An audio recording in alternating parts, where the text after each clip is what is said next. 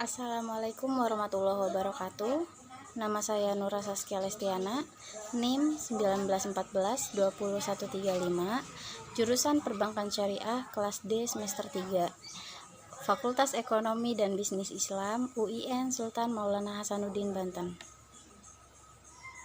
Langsung saja, saya akan menjawab pertanyaan dari mata kuliah Bank dan Lembaga Keuangan Syariah. Pertanyaan yang pertama yaitu, jelaskan bagaimana dampak buruk bagi penggunaan riba dan maisir dalam perekonomian. Dampak buruknya yaitu yang pertama, ketidakadilan distribusi pendapatan dan kekayaan. Prinsip riba atau bunga yang memberikan hasil tetap pada satu pihak dan hasil tidak tetap pada pihak lawan, jelaslah tidak adil dan mematikan motivasi pengusaha. Nah, distribusi pendapatan dalam sistem riba ini tidak didasarkan atas besar kecilnya kontribusi yang disumbangkan ataupun berbagi resiko, melainkan didasarkan atas penggeseran resiko dari pihak yang kuat kepada Sistem riba memiliki kecenderungan terjadinya akumulasi modal pada pihak bermodal tinggi, meskipun jumlah penabung kecil pada sistem perbankan konvensional jauh lebih besar daripada jumlah depositor besar. Namun, nilai total tabungan sangat kecil dibandingkan dengan nilai total deposito yang dihimpun sektor perbankan, dan hal ini berarti para deposan besarlah yang menikmati keuntungan dari sistem riba. Yang ketiga, alokasi sumber daya ekonomi tidak efisien. Prinsip dan sistem bunga membawa kecenderungan alokasi dana tidak didasarkan atas prospek profitabilitas usaha, melainkan lebih besar pada dasar kemampuan pengembalian pinjaman dan nilai jaminan. Nah, demikian pula judi tidak akan mentransfer sumber daya atau dana kepada pihak-pihak yang efisien, namun lebih pada sifat untung.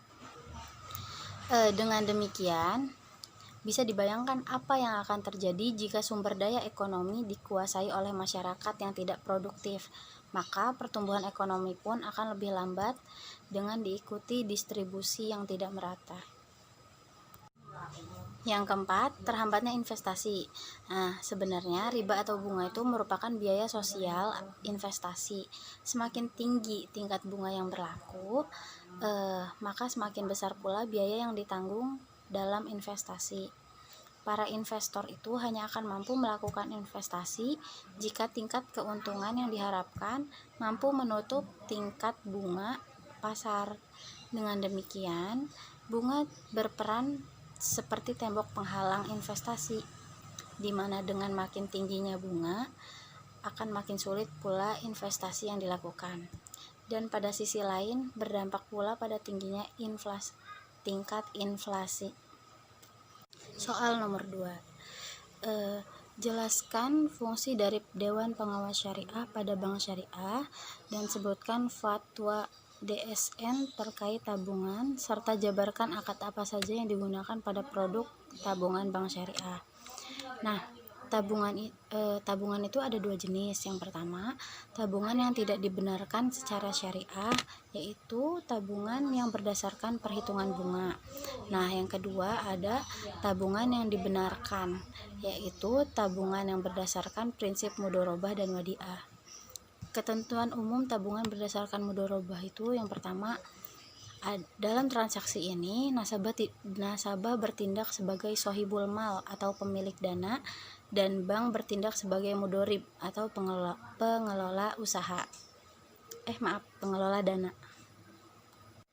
Yang kedua, dalam kapasitasnya sebagai mudorib, bank dapat melakukan berbagai macam usaha yang tidak bertentangan dengan prinsip syariah dan mengembangkannya, termasuk di dalamnya mudharabah dengan pihak lain. Yang ketiga, modal harus dinyatakan dengan jumlahnya dalam bentuk tunai dan bukan piutang. Yang keempat, pembagian keuntungan harus dinyatakan dalam bentuk nisbah dan dituangkan dalam akad pembukaan rekening. Selanjutnya, ada ketentuan umum tabungan berdasarkan wadiah. Yang pertama, bersifat simpanan. Yang kedua, simpanan itu bisa diambil kapan saja atau berdasarkan kesepakatan. Yang ketiga, tidak ada imbalan yang disyaratkan kecuali dalam bentuk pemberian atau ya yang bersifat sukarela dan dari pihak bank. Nomor 3, jelaskan mengenai kendala pengembangan Baitul Mal wa Tamwil. Dalam pengembangannya, suatu BMT sering mengalami kesulitan berkaitan dengan penggalian dana masyarakat.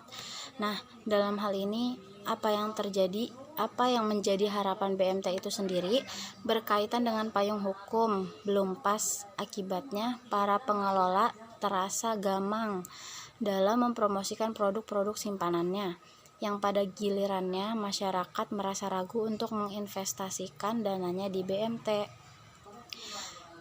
Selain hal tersebut, keterbatasan fasilitas yang dimiliki BMT itu sehingga kurang prima dalam memberikan pelayanan kepada masyarakat atau nasabah. Misalnya, ATM dan layanan transfer yang serba on time, serta dalam hal ini tidak adanya jaminan pemerintah atas produk-produk yang dikembangkan oleh BMT.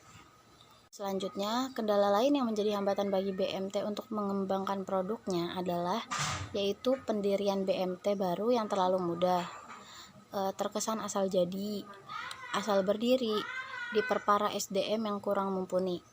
Walhasil, banyak BMT yang kolaps, tidak bisa berkembang, dan tak jarang sampai berurusan dengan aparat.